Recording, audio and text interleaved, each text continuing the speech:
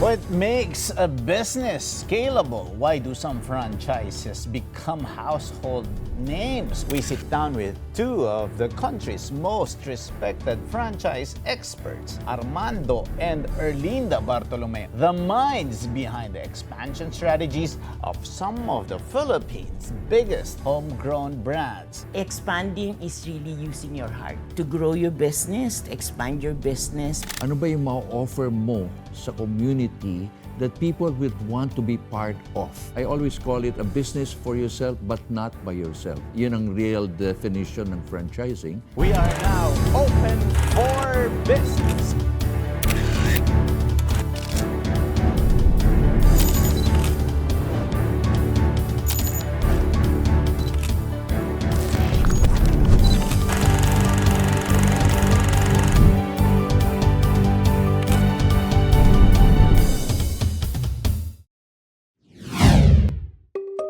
For many entrepreneurs, opening one successful branch is already a major achievement. But the bigger challenge is this: how can your business survive expansion?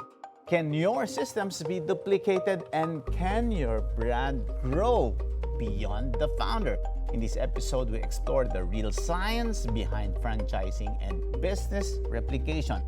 Joining us are two respected pillars in the Philippine franchise industry. Our first guest is widely known as the franchise guru of the Philippines, a franchise consultant, author, speaker, columnist, and founder of GMB Franchise Developers, a company that has helped more than 200 businesses expand locally and globally. Alongside him is a certified franchise executive recognized by the International Franchise Association in the United States, a respected management expert, researcher, educator, and managing director of GMB Franchise Developers. Together, they have helped shape the growth stories of some of the country's most recognizable brands. Please welcome Armando, Sir Boots Bartolome, and Miss Erlinda Bartolome. How are you? Ladies first. Thank you, Cesar, for the opportunity to have us here in this show. And we're always happy to share the little knowledge that we have on how to grow your business. To me, it's not a science. What is it then? Expanding is really using your heart.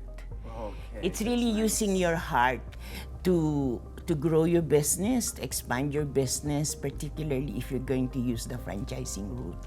Ray Kroc has been very successful with 42,000 stores worldwide because he managed his franchise with a heart.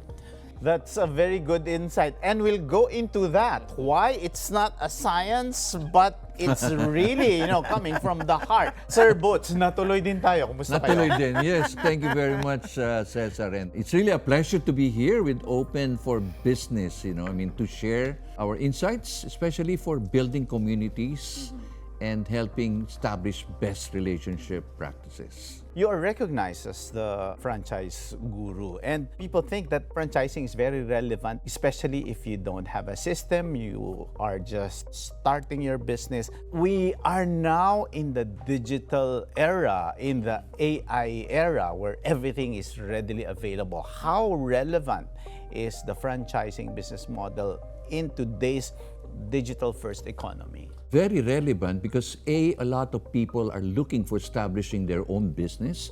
They want to establish their own. They want a feeling of owning and really helping a lot of people establish also their jobs. That is the reason why in this era, very important yung ano ba yung ma-offer mo sa community that people would want to be part of. The concept, the concept. And it's not just, a cut and dried, it's not a cookie cutter. It's something that comes from the, sabi nga ni Linda, from the heart of the founder. Because you have to be passionate, you have to be focused on what you are really building. It's a business, no? I always call it a business for yourself but not by yourself, no? Yun ang real definition ng franchising because you're helping people, no? But you're behind. You're not the star, you're the director. So that is how franchising grows leaps and bounds, not only here in the Philippines, but international. Miss Linda, there are a lot of businesses and a lot of business concepts. As a matter of fact, when I attended the Franchise Expo, diba, there's a lot of choices. We have the known brands and we have, the lesser known, but they are very, very interesting. So what are the business ideas that will attract people na, okay, this is the franchise that I will choose? Kasi, like say for example, I went there at that expo, it's very huge. Ngayon, malilito ka na ngayon. Ano ba to? O sige, but of course, you have to know what your budget is, di ba? Kaya ka pumasok doon, but without talking about budgets first, di ba? Ano ba ang dapat mo mapasok na negosyo, lalo na pag ang iniisip mo ay franchise? I don't espouse traditional thinking Okay, as which is far as good. business is concerned. Yes. And also because in franchising, you have to be outside of the box.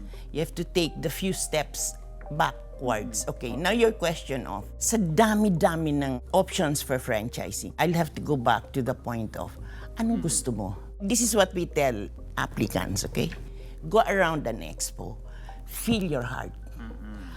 Not just your budget, ano yung nararamdaman mong gusto mo? Why? Because franchising is a business where you have to be proud of. You have to be happy about it. If you're not happy and mahihiya ka, na, ay, ano lang ako franchising lang ako nito, parang it will not give you success. The success of a business will always depend on how you feel about the business. Do you feel happy about it? Are you proud about it? Can you do your work as a franchisee? That's one. The other aspect is, to us right now, food is not something that you have to get into. Because there's too many na. The other day in Yahoo News, Jollibee is having difficulty in cost of goods sold. There was a time before, when we started 34 years ago, in franchise development. Pag tumataas yung presyo, natataas natin yung mga presyo ng mga binibili natin. Okay. That's restaurant, everybody in the business. Kahit si Jollibee is offering 50 pesos, 75 pesos meal. Yeah. How can you compete with 75 peso meal? Di ba kung ikaw nag-iisa ka lang, how can you compete with 75 pesos? So it's very, very, very competitive. When we started franchise development, we do not allow a franchisor to franchise a business if the net profit is less than 20%. So dapat 20% up. Above. Up siya. 20% above. Okay. Ngayon, yes. Last 5 years, last 8 years, pwede na ang 10%. Mataas Really? na ang 10%. That is, so this is information for, sometimes pakiramdam natin, napakaliit na ng kita natin. It's not just you. This is for everybody. The whole industry in the na. business. I mean, whether it's food, non-food, well, service is a different scenario altogether. Lalo sa food, hirap ka na ngayon makapunta sa 10%. Kasi ang taas ng yung minimum wage mo tumataas. Yung cost mo tumataas. Hindi mo pwedeng taasan ang presyo. Kasi pupuntahin sa katabi mong sari-sari store para bumili. Somehow, it sets a basic parameter or rule of thumb. Ang tanong ko naman, Sir Butch, is this. There's a lot of options, we mentioned that already, but ano ba ang advantages if you go into the franchise model kaysa kasi ang mga ibang CEOs dito, they don't really have to go to the franchising business because they want to have their own. But there's another school of thought that mentions that, dito ka sa franchising model kasi hindi ka na mag-iisip. Hindi ka na magsisimula na magtatay ng bagong mong sistema. As the guru of franchise, ano ba ang advantages? Bakit tayo pupunta ngayon sa franchise model? Sa amin, nakikita namin yung mga startup, they have started up, they have started their own versus the ones that are franchising. Number one is, I always tell them, it's a proven business, no? Tested, battle-tested, different kinds of scenario, whether we have the Asian crisis, whether we have whatever crisis we have. Like the pandemic, no? Pandemic, everybody was tested. And the most that are really are the ones who are franchise owners, wherein you're a community and you are responsible to a lot of people carrying your name. Whereas if you have your own startup business, you probably would say, teka muna, tsaka na muna yan. You know, mataas ang mga bilhin, mataas, wag na muna. So number one, I always say, there is system, there is a profit, it's proven. The franchisor is on the ball. In other words, hindi siya papatay-patay, hindi siya tutulog-tulog because they're always concerned. Rising cost, how do you make everybody happy in terms of profit?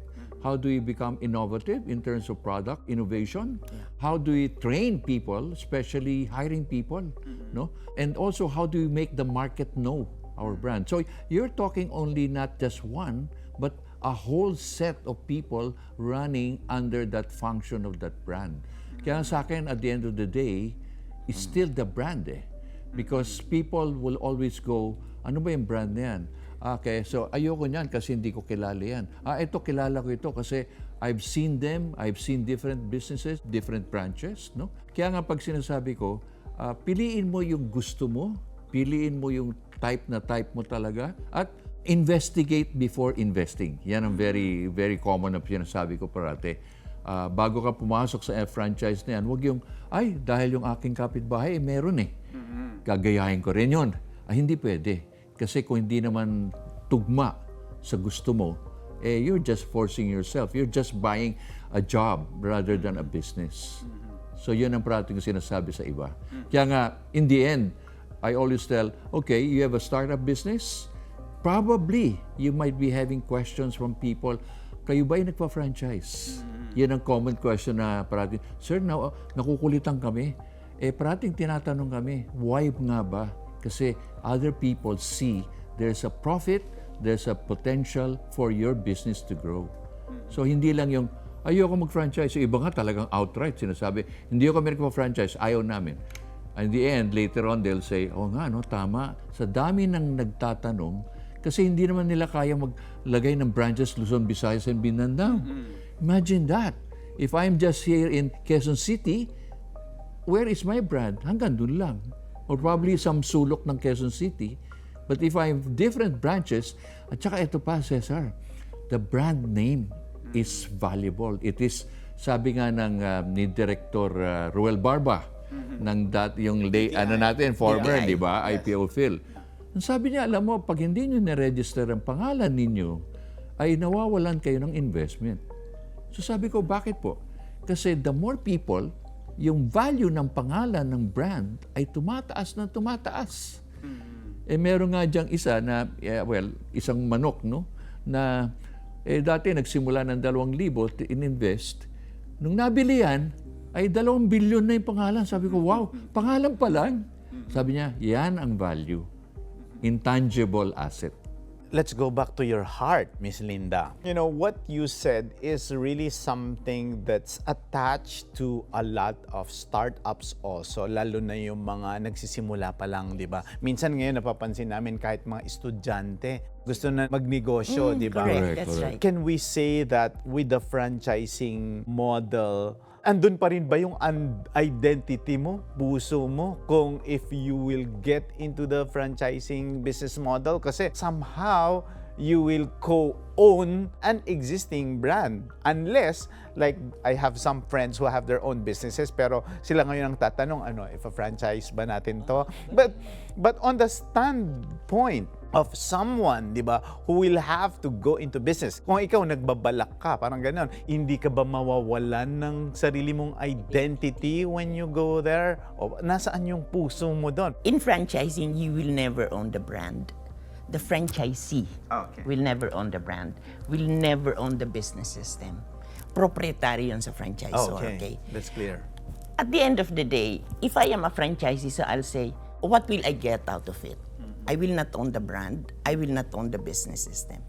But you are investing in a franchise, which means that I have to go back to the franchise with the heart. I'll give you an example. The very first franchisee of Ray Kroc in McDonald's. The first franchisee also was the first rags to riches story ni Ray Kroc. Kasi ito, walang pera ito. Akala ni Ray Kroc nag-apply sa kanya ng franchise. Yung pala nagbibenta ng Bible to increase the income of the family. So sabi ni Ray Kroc, pumasok yung mag-asawa. Sabi ni Ray Kroc, Kinento niya tungkol sa franchise ng McDonald's. After 15 minutes, sabi ng mag-asawa, we did not come here to buy a franchise of McDonald's.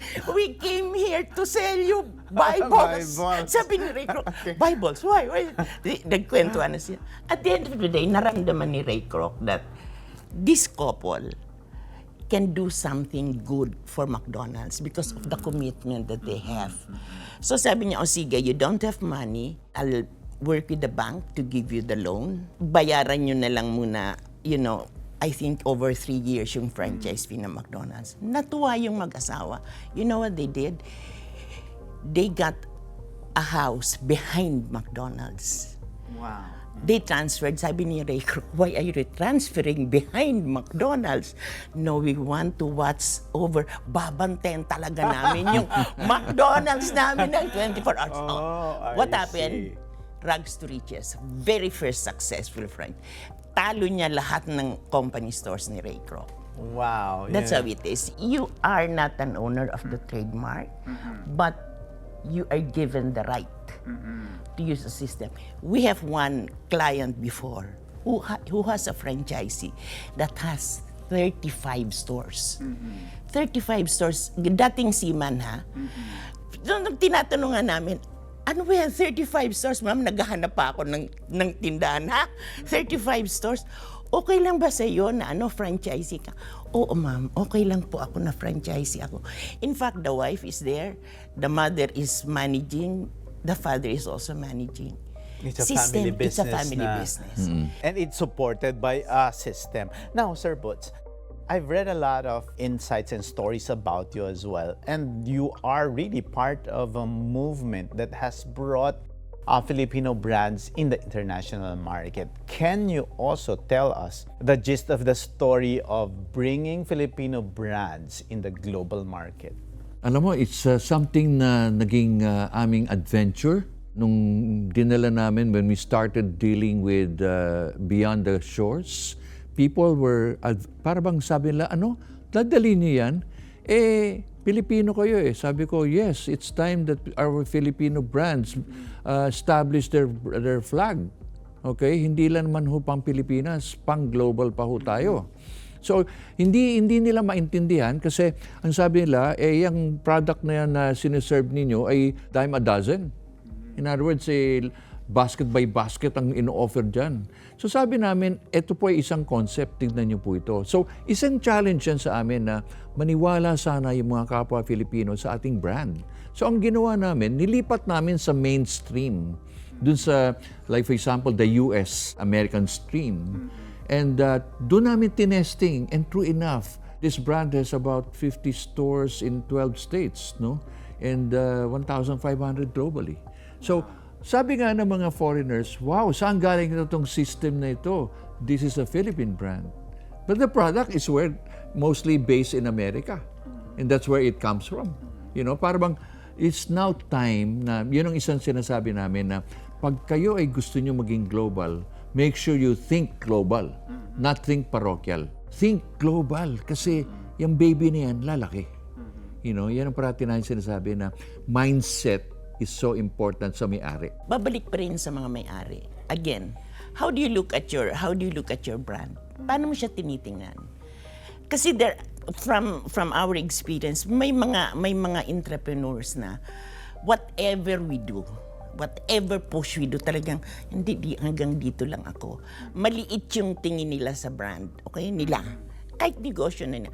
But there are some who are able to master the global market. They feel that their brand can compete with the mainstream. Yun yung namin, pangarap namin ni Boots, to compete with the mainstream.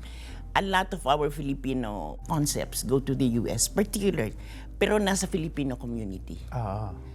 So at the end of the day, sabi namin, teka muna, it's the same market that we're catering in the US. So we have to be proud naman of a concept that can do mainstream. So we did mainstream market. First Filipino concept na nag-mainstream. Alam mo, hindi naniniwala yung mga Amerikano na galing sa Pilipinas. Really? I mean, sige, it was like- Sige, banggitin na natin yung brand. That was Potato Corner 20. Yes. That was Oo. 2010, By Joe Mag. 2011. Oo. But Wow. we were working very closely with Joe Mag. The question we asked the board was, gusto niyo ba talagang pumunta sa Amerika? You think the brand will survive in the US? It's the land of the French fries. Yes. Basta't magtulungan tayo. We were working together. That was one company where we started franchising in the US from scratch. And how many 60 branches na yan. now? 60, 12 states. Na- 60 na, Na yeah. branches or Branches. branches. Wow. Tsaka- In the international market or in iba the pa US yun? lang. Amerika lang siya. America. Amerika lang siya. Wow. Kaya lang, siyempre, binenta ng binenta yun. Again, this is Ganun one. talaga, This part is of one, the but exit strategy na yun. That's another guesting altogether. Pero maganda dito, I Cesar. cannot At stop. ang nangyari, even yung mga directors, sila mismo hindi naniwala eh. Naiyak nga sila eh. Nung nakita nilang talagang nagkaroon na ng feeling. Kasi it came from a dream eh. From the dream to the concept, to the conceptualization, to the launching.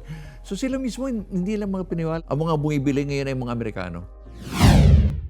But Sir Boots, what were the driving forces there? Kasi parang as Ma'am Linda said, the land of the French fries. And here you are, you're somehow encroaching their territory. What was it? What was in that brand that somehow given that opportunity to break ground in that area? it's not just the brand, it's the partner. It's the franchisee. The partner that who was took that. willing to say, this is my life, I'm willing to put my life on the line for the franchise of Potato Corner. For me to clearly understand, kasi siyempre in my case, my knowledge about that is limited. So, what I can think of is, iba ba yung lasa niya? Mas masarap ba siya? Mas malaki ba yung french fries niya? yeah. May flavor Totoo ba yan, siya? totoo yan. Can you... Nag-adapt. Alam mo, nag-adapt sila. Kasi nga, unang-una, yan ang parati namin sinasabi. When you go global, you have to make sure you adapt. Huwag yung... Kasi unang-una, nung pinakita nila yun sa mga partners, sabi ng mga partners, are you serving kiddie fries? Kasi ito yung fries natin, di ba? Maliit lang, ganun lang, di ba? Yung packaging mo, Packaging, ganyan kaliit. maliit lang. So sabi nila, are you serving kiddies? No. Alam mo naman, the culture there, they eat. They're humongous Yes, eaters, right? I mean, exactly. they're talagang Exactly. grabe. Plus the fact that they started asking, can we start having a chicken? But, yun ang aming compromise. But you cannot serve just chicken because the primary bida is still the flavored fries. And another thing, they have to adapt to the equipments kasi there are regulations na unlike here, you can just cook and let the smoke come out, Paglabas mo ng mall, may ka na. Doon hindi pwede. So they have to invest on a technology wherein it's a smokeless fry. And you cannot even smell from nearby. Wow, interesting. Of course, the price difference was $1,000, yung regular fryer. That's $18,000. $18,001 and you needed 3 to service it. So, ang investment ng mga franchisee in the US was like $250,000 US dollars. Here, it's only $450,000 pesos. But what was the ROI like? The ROI there was 3 years, 3.5 years. Compared to what's the standard? The standard, because their standard is 5 because it's 10 years. The franchise agreement in the US is relatively fast pa rin siya. Yes, if it fast was, pa rin siya. Oo. 3 years. Fast pa rin diba? siya. Compared to here in the Philippines. Which is here 5 years lang. So, kailangan ma-recover mo 2 to siya 3 years ka 2 dyan. to 3, max 3. Max ka na just the 3. Okay, pumunta na tayo sa international, di ba? Balik tayo Balik sa tayo local. sa local. Kasi open for business ka sa open for local. business, sa local eh. So, dito naman po sa local, ay talagang parang they wanted to start small, di ba? Parang yung iba naman, parang gusto, sige, malaki, pero sure win agad. So, as a new entrepreneur, halimbawa, how do you choose, which one you like? So, maliban sa puso, di ba? Pag sinasabi nyo kasing puso, Ma'am Linda, parang saan ka passionate? In those areas, in different categories, can you give us decision points, what to consider in choosing a franchise? You first, Ma'am. The decision to choose a franchise is, and again, you have to qualify. Are you talking about a franchisee who will invest? Or are you talking about a negotiant who wants to franchise You a can business? give samples for both. For somebody who wants to franchise, to be a franchisee, okay? To be a franchisee, you look around. You have to study it very well, look around. And kami, we encourage franchisees to talk to existing franchisees. Ikutin nyo. Ikutin yung mga tindahan. Ang ibang franchisor ayaw magbigay ng listahan. Kami, we tell them, give them the list. Yeah, pero may mga rinig sila na, it's okay. If they hear negative aspects about the franchise, it's okay because there is no perfect franchise system. At least pumapasok ka with your eyes open that this is a possibility I could have. Okay, ikot ka. Anong gusto mo? Again, I'll go back to, anong gusto mo? Ano ang kaya ng bulsa mo? Ano ang kaya ng bulsa mo? At ano ang kaya ng isip mo? Okay? Because sometimes, nasa step 1 pa lang tayo, hindi natin tinitingnan yung step 2 and step 3. Okay? Step 4 is, may location ka ba? Ang pinag-uusapan parati ngayon is location. Gusto mo man, saan mo ilalagay? Saan ang importante? Now, your question of maliit o malaki. From our experience, we've had clients. For some strange reason, marami kaming naging very successful na franchisors kasi nagsimula sa maliit. 95% nagsimula maliit. They went through the process talaga of building the business from scratch. Meron diyang nagsimula ng ang komisary niya, hindi na kasimento, apartment lang, na ground lang. Ganon. Tapos bigla siyang nag-inag after 10 years, nag-inaugurate na siya ng 4-story building for her commissary. Yung ganon. Pero small, why is it important? Because dyan mo marirealize kung ano yung hirap na pagdadaanan din ng mga franchisees mo. So if you cannot experience that, you cannot transfer. You cannot teach. Yes, Meron din kami mga kliyente na malalaking kumpanya. Ang una namin, sino magpapatakbo? Who will talk to your franchisee pag may problema na yan sa franchise? Ikaw ba, CEO ka? You are in your office. So, you cannot relate to your franchisees. Kaya sa akin, Cesar, the heart is there. Okay. Now. So, parating kilala mo na siya ngayon. Linda with the heart. Okay, yes, Linda with the heart. Now, Sir Boots, we've heard so much about successful franchise businesses, but ang magandang malaman sa inyo, ano naman yung mga pitfalls? Ano ba yung mga red flags? Di ba? Kasi maraming kwento. Kumbaga, when I went to that expo, wow! Di ba? You know, parang ito na yun. This is it. Di ba? This is like, you know, the paradise of business. Pero, siyempre, hindi na ina-advertise yung hirap. Di ba? Ano yung mga pitfalls? What you see is the front lang. Oo. What you don't see is the behind. Exactly. Right? What is it, you know, that entrepreneurs should also expect in terms of failures? Kasi minsan, di ba, parang kumbaga sa startup business, di ba, for every, I don't know the figure now, but for every 10 startups, 2 lang ang natutuloy or something. Yes, so failure. Yes. ano ba yung dapat asahan din na pitfalls na para matutunan na rin ng mga would-be entrepreneurs, ano yung pwede nilang iwasan?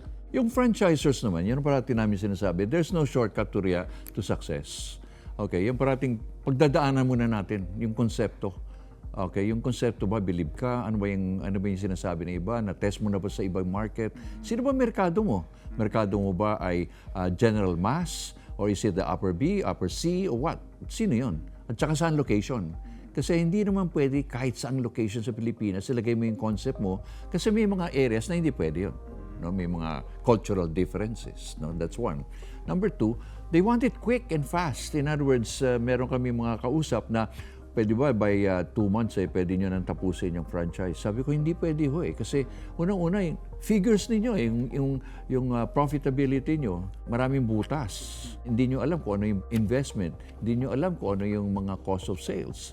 Hindi nyo alam yung mga variables at fixed cost, di ba? So, importante doon, no? And then the next is they don't want to pay attention anymore going through the franchise agreement. Sabi namin, the franchise agreement is the heart. Okay? Yan ang heart ng negosyo. Hindi yung lating verbal ay pwede na. Because pag wala kang kontrata and all the verbal is not there, it's null and void. So iba, kopyahin na lang natin. Ay, hindi po pwedeng copy and paste. Ito nga, natatawa kami for all 34 years namin ni Linda eh. Meron dyan pupunta, Butch, pwede ba ayusin mo ito? Bakit? Kasi wala nagbabayad sa akin ng royalty. Patingin nga ako ng franchise agreement. Automatically, yun ang tinitignan namin. True enough, nakalagay doon, wala namang bayad eh. Hindi ka naman kailangan pala magbayad. Meron pang isang horror story namin. Ay perpetual yung kanyang term. Sabi ko, sir, paano po yan? Nakailang franchise na ba kayo? Nakalima na ako eh. Patulawin duration. Kasi importante sa duration eh. 5 years ba yan? Renewable ba yan? Wala. So sabi ko, ano ibig sabihin yan? Perpetual. Hanggang ninunuan mo. Sa apo mo. Sabi, ano magagawa? Sabi ko, once a contract is signed, you cannot anymore change. Okay, so that's for the franchisor, yeah. One of the red flag that people should really watch for is franchisors saying, we have no franchise fee, we have no royalty. There is no franchise that can survive without franchise fee and royalty because the franchisor is supposed, kailangan tulungan ka ng franchisor para maging successful ka. Yun yung support, yun ang binibida natin. Kaya ka naniningil ng franchise fee kasi tinutulungan mo silang maging successful sa franchise. Kaya kami pag hindi, dito na ako kasi walang, bala ka. Hindi yun totoo. Sa amin hindi totoo. Kasi yun red flag, that's one. Two is, one of the other red flag that we ask applicants to look at is yung na mabilisan. Bukas magpipirma ka na ng franchise agreement. Ay, yun ang delikado. There is no such thing. Oo, daming sad story dyan. Yung bang, kasi sa amin, nag-inquire ka pa lang ngayon, tomorrow pirma na tayo. Teka, yung franchise agreement, hindi, basahin mo lang dito, pero yung cheque, dala mo ha. Nako, delikado yun. Or, yung may-ari hindi mo kilala. Ang sasabihin, ang kausap mo lang ay empleyado. So sasabihin mo, saan yung may-ari? Nasa Hong Kong. May sakit. Hindi mo na, actually, magpirmahan na tayo without knowing who the owner is. And then, yun nga, ayaw sabihin yung mga franchisees, yung bang magtatanong ka, pwede ba may listahan kayo ng mga franchisees makakausap? Hindi, secret, money down muna. Ay, sandali. Teka muna. Medyo, I always tell people, ang daming time Somehow, out. they have to see the transparency of the business as well. Plus, ang franchise agreement says 3 pages. Okay? 3 pages ha? Hindi naman pakapalan to, pero ano ba ang laman nun? Nandun yun obligation, before and after, lahat. So, you have to read it. At least America, for example, they have what they call cooling period, di ba? 10 days, 10 working days. Dito wala eh. Kaya nga parati na sinasabi, teka muna, basahin nyo yan, 10 working days, try to ask questions yourself before seeking legal. Sometimes, we have our lazy attitude na, bigyan natin kay abogado. Ay, hindi pwede. Ikaw ang haharap dun eh. Alamin mo kung ano yung tanong mo. At the same time, after that, that's the time when you seek legal. And you also sit down with the franchisor for a question and answer before you sign. Para expectations are addressed. Manage. Di ba? Manage yun. Okay. We're running out of time. I'm sure you will come back here and let's talk more, about, this business. But sino ang hindi pwede sa franchise? I'm sure you can identify those people who shouldn't be in this business. For franchisees, creative people cannot be franchisees. Bakit? Naku, creative ako. Because you have to work within a system. Okay. That's very important.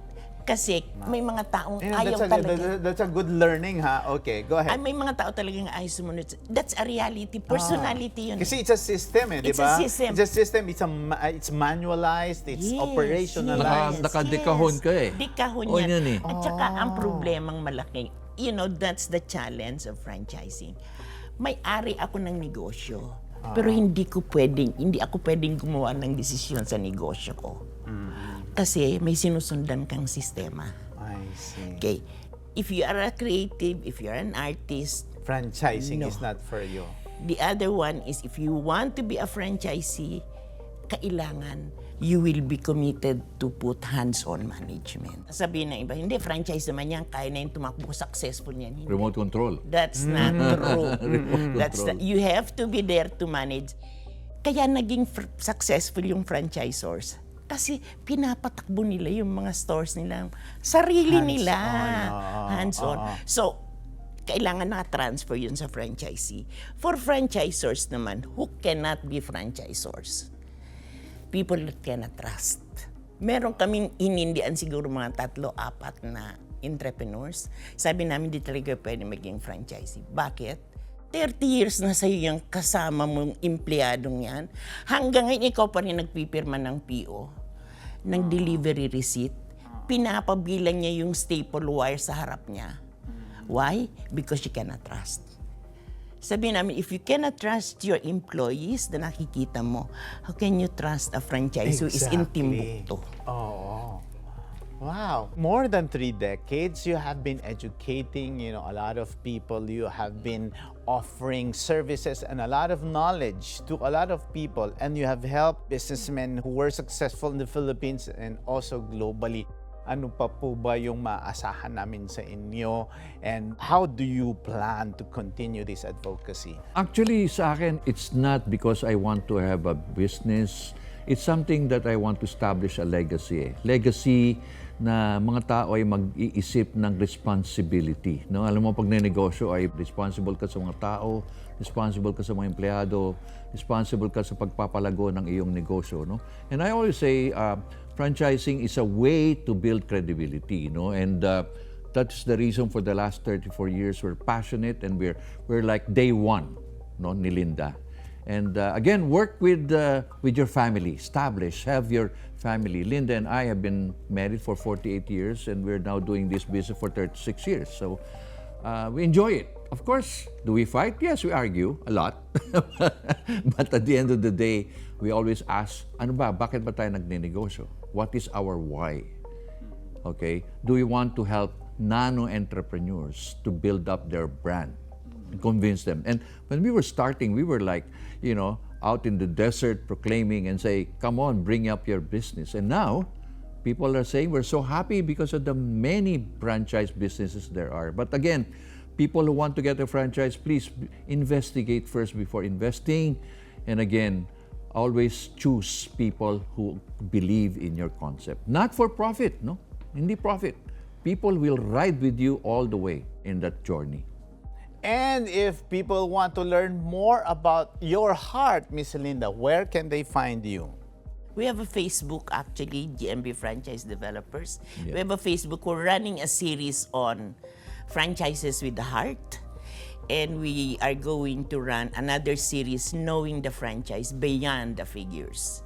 We're talking of franchisors, not just how much, but what the franchise is all about. It's in our Facebook. For people who'd like to. We have also core insights, like we talk about our experiences in franchising. It's there in our Facebook. And should they expect events or seminars? Do you have one in mind or one coming? And where can they see the announcements? Actually, if you visit our website, also gmb.ph, also our Facebook, as Linda mentioned, we have now a one-on-one individualized franchise consultation. No?